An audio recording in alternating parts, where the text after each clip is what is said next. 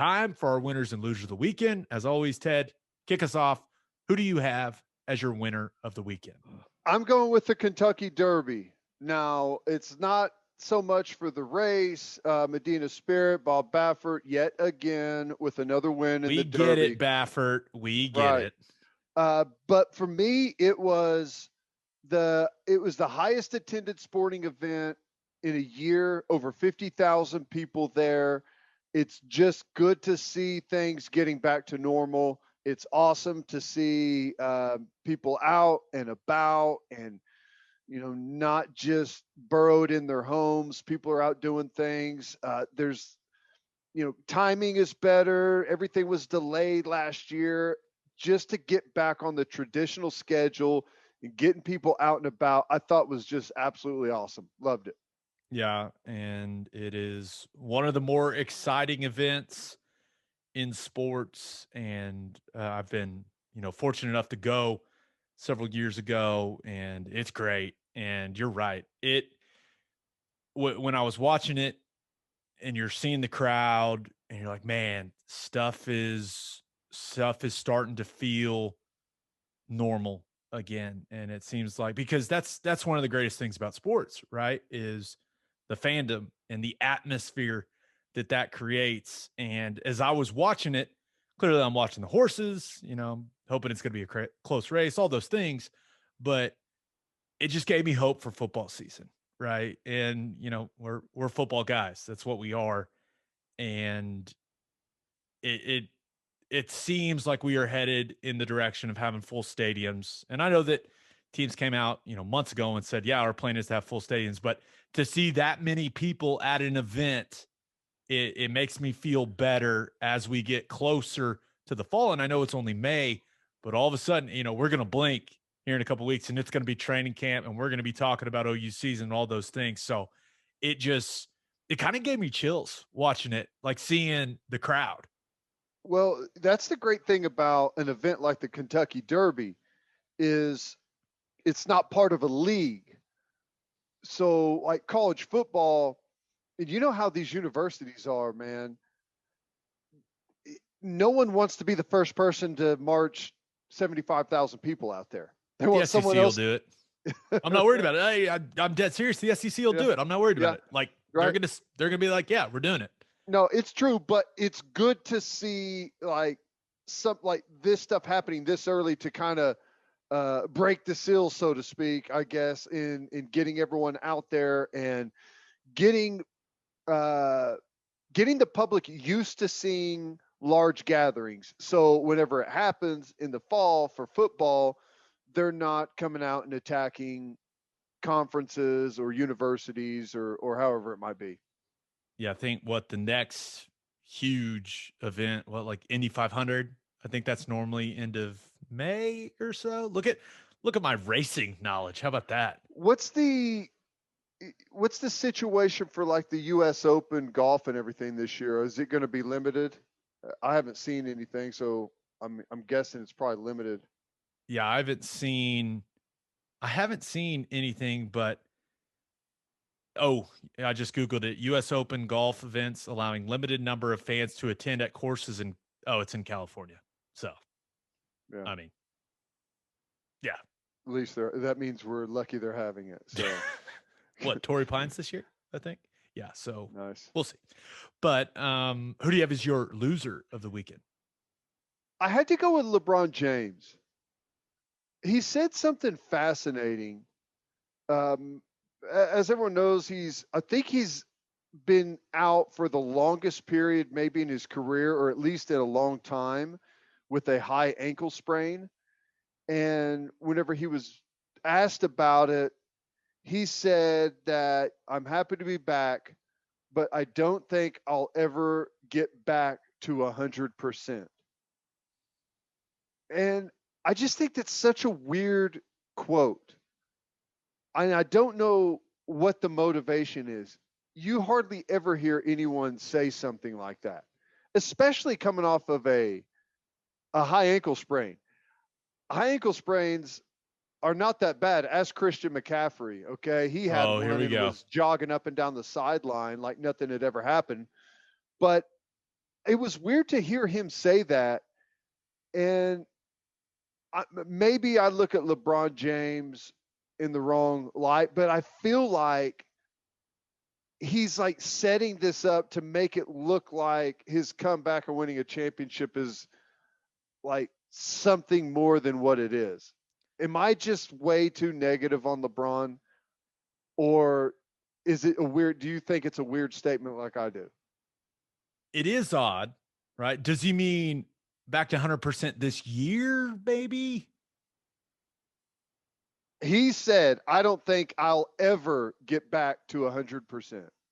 That seems a little dramatic, if I'm going to be honest. But I'm not going to lie. When you said your loser of the weekend was LeBron, I thought it was going to be in reference to. Did you see that tweet where he's like, "Hey, who's got the best, like, most comfortable gaming chair?" I was like, "Wait, what? Like, is LeBron big into the gaming now? I know his son. I think his son signed one of those video game deal things, but now the old man, what is he? He's trying to relate with the kids. You play some Why more can't he just games. ask his son? If his son is a professional gamer, does he have to ask 20 million people what the best gaming chair is? I I don't know, but I saw it and I was like, what a weird question from LeBron James. But then the second I had that thought, I was like, you know what? I do that with everything. Like if I need a suggestion, like I throw everything out on Twitter, and even you can ask my wife. I'll be like, oh, I wonder which one of these. And then I'll just turn around and go, you know what? This is what Twitter's made for. And I just throw it out there and you get all kinds of suggestions. So I get it, LeBron. Do they steer you in the right direction usually? Well, if you're LeBron James, you got to weed out like a lot of trolls, right? I mean, you got to weed there. You're going to get a lot of responses that are just ridiculous, I assume. But He's probably got normally 100,000 responses on that. my experience is, usually I get some pretty good suggestions, and I get a couple of sarcastic responses. Of course, it's still Twitter, but you can get some pretty solid information on Twitter. Usually, I may regret saying that. I'm probably It's going a to regret weird saying that. it's a weird question for a guy that's got, I don't know, 5-10 million followers. You could have narrowed your search to maybe a couple of people. He's But LeBron James. He could have called up, and I seriously think, and I don't know anything about video gaming, I'm not going to pretend, but his son got signed to like a big gaming thing. So like I assume they know people in the gaming space. So yeah. why Well, not ask one yeah, of these gaming experts? ask his son, because his son, I don't know if he's 6'8", 270 pounds like LeBron, but he's not a normal size human. I mean, it's whenever you're asking people out there, you're asking them for something that no one else out there is your size or would fit the chair the same way as you would. But I don't know. Yeah. But it wasn't about the chair. It was about the ankle. Right. Huh. Hmm. Denver's looking good. Utah's looking good. Phoenix is looking good. I don't think the Lakers. I don't know. If they got a healthy AD and a healthy LeBron, It's all that they got a matters. chance, right? But It's all that matters. But I don't it know. is a different roster than they had a year ago. Yeah, there's no doubt. For my winner of the weekend, thought about going with your Patriots because they stayed patient, they didn't move up, and somehow Mac Jones falls right into their laps at 15. And the side by side body comparison between him and Tom Brady is just too good. And the side by side of him and Belichick walking is just too. I mean, it was like it was written in the stars, but like it was fate that Mac Jones was going to be a Patriot. Once again, this is a guy that until a few days before the draft, everyone thought he was going third, and he drops to 15 to give the Patriots a quarterback because, of course. God, Good pick though. I like it. I it think was a good he's, pick. I agree. you know, I think of the first round quarterbacks, I probably had Mac Jones the lowest, maybe Zach Wilson between those two guys as the lowest, but To go at 15 to a place like New England, it's not bad. I think New England can do something with him. Zach Wilson was getting roasted on Twitter. He does kind of look like an action figure, like a doll. Like he's like porcelain. Like he could looks throw the like damn ball. I know that, but like he looks like a 7th grader to me. Yes. I'm sorry. He may be fantastic. He may make me look like a total idiot, which I've got no problem with that. I've looked like an idiot a million times, but there is no way I would ever take Zach Wilson with the 2nd pick in the NFL draft. There's no way. I'm with you, but we'll see. We got to give him a chance. They're in New York. I'm sure they'll be nice to him if it doesn't go well. Oh my God. But my winner of the weekend, Chicago Bears fans. Yeah. Now, I really liked some of the things they did in the draft. Getting Khalil Herbert, a guy that was at Kansas, did some good things at Virginia Tech. They get him with the 217th pick. That seemed like solid value. They get Tevin Jenkins in the 2nd. That felt like good value. But getting Justin Fields all the way at number 11 could be an all-time steal. I mean, if he ends up playing up to his physical ability, this is one where we could look back on it and it could be the anti-Mitch Trubisky, right? Which is what Bears fans have been dealing with ever since they trade up. They take Trubisky instead of taking Mahomes or Deshaun Watson. So I assume that Bears fans probably feel cursed right now and may be a little hesitant to start celebrating because with their luck they've had lately, maybe he'll end up sucking and they're just doomed and they're just going to be miserable. But these people thought that Andy Dalton was going to be their quarterback next season, and he still might be. He probably will be to start the year, honestly. But they just got a guy at 11 that they thought, that we all thought for months, for damn near a whole year, was going to be the 2nd pick in the draft. But after dealing with the Trubisky thing, they have to feel like this is a blessing. Now, it could go horribly wrong, and maybe it does for Bears fans. Maybe, hey, Ryan Pace and Matt Nagy still being there is just going to be a result in this thing not working out. But I have a feeling they feel a little hope. And I'm not a Bears fan. I don't really care. But just seeing them catch a break, maybe is the best way to put it, with a quarterback, it brought me a little happiness. Now, we'll see what Justin Fields ends up doing as a Bear, but I feel like Chicago Bears fans, good weekend for them. Good weekend.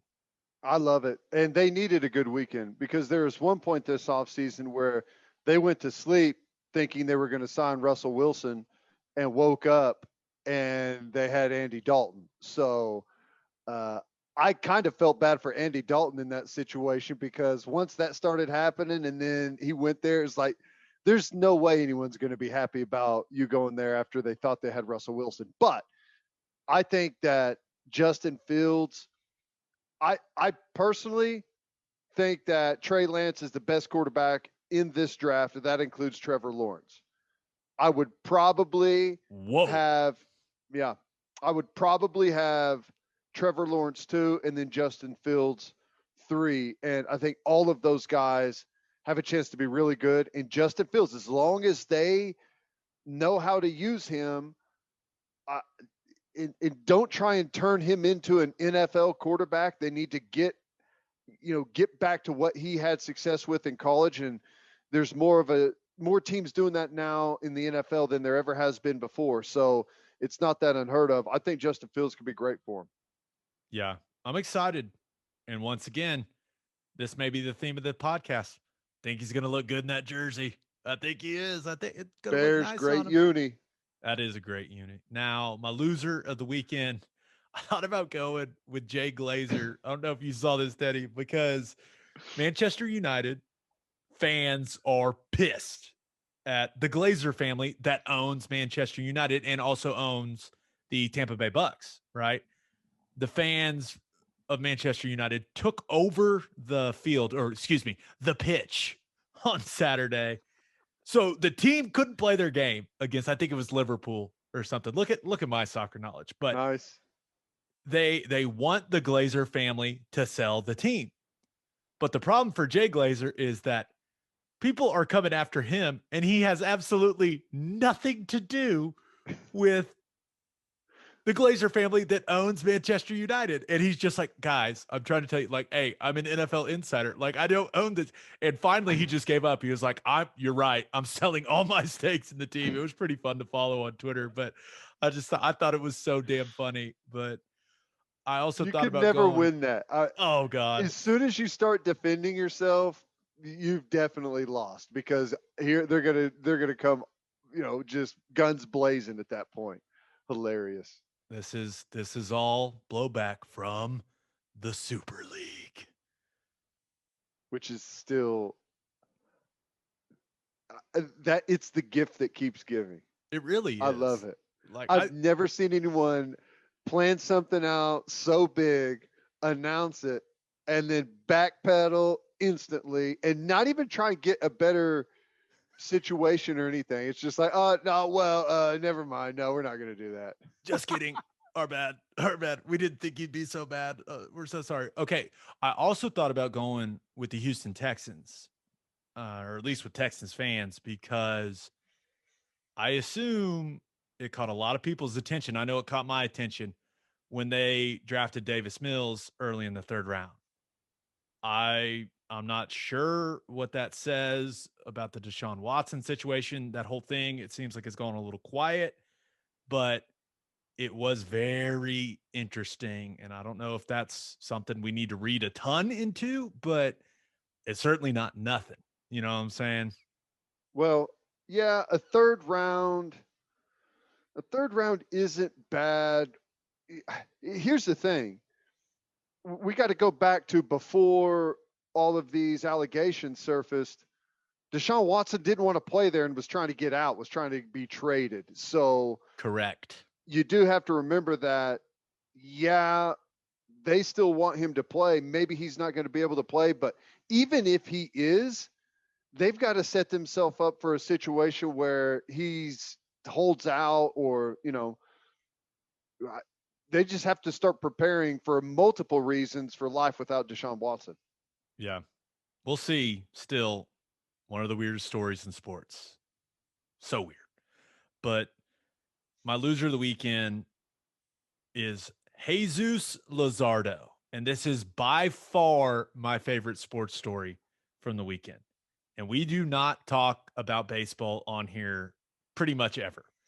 But this was just too good not to discuss. I saw this and I was like, yes, this was built for our winners and losers segment.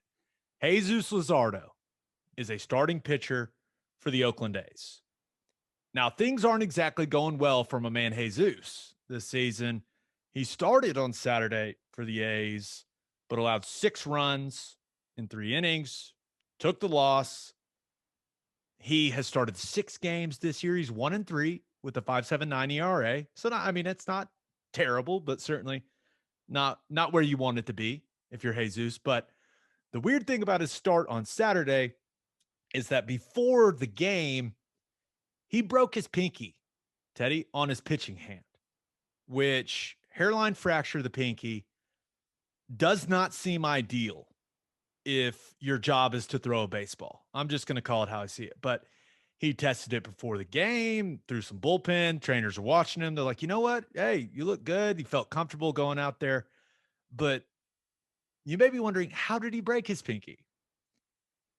He was playing video games before his start, and he reportedly accidentally bumped his pitching hand on a table that resulted in the hairline fracture in his pinky. So my man Jesus broke his hand playing video games, before going and starting a game in the major leagues.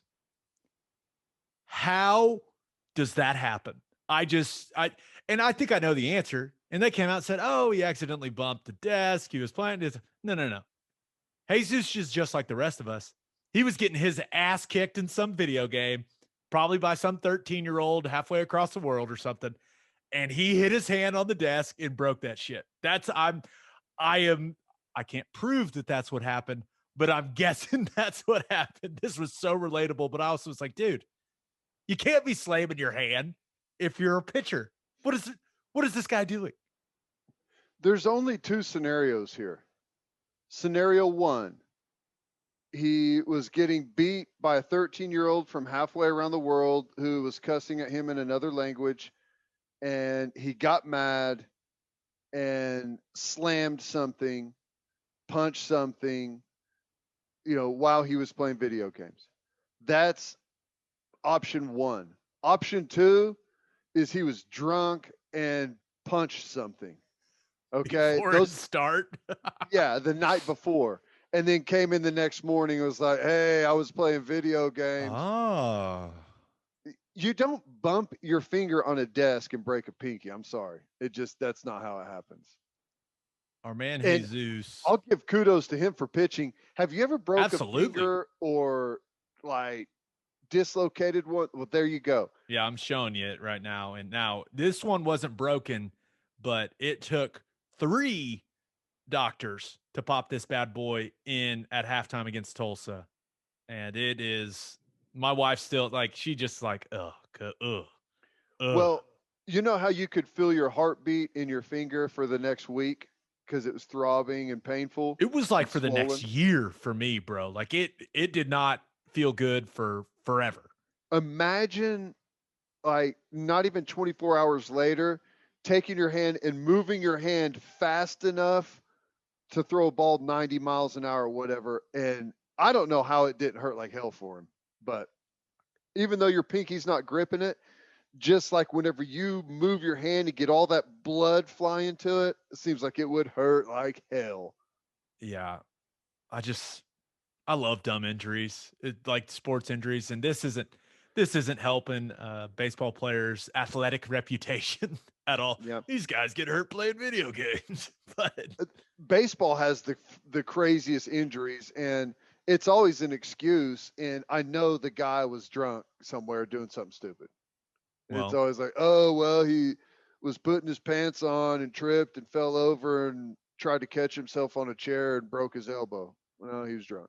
Well, if it's younger guys, that's one thing. I do know an older guy that dislocated his finger pretty bad, had to put it in a splint and the whole thing, tucking his shirt in, tucking his shirt into his pants.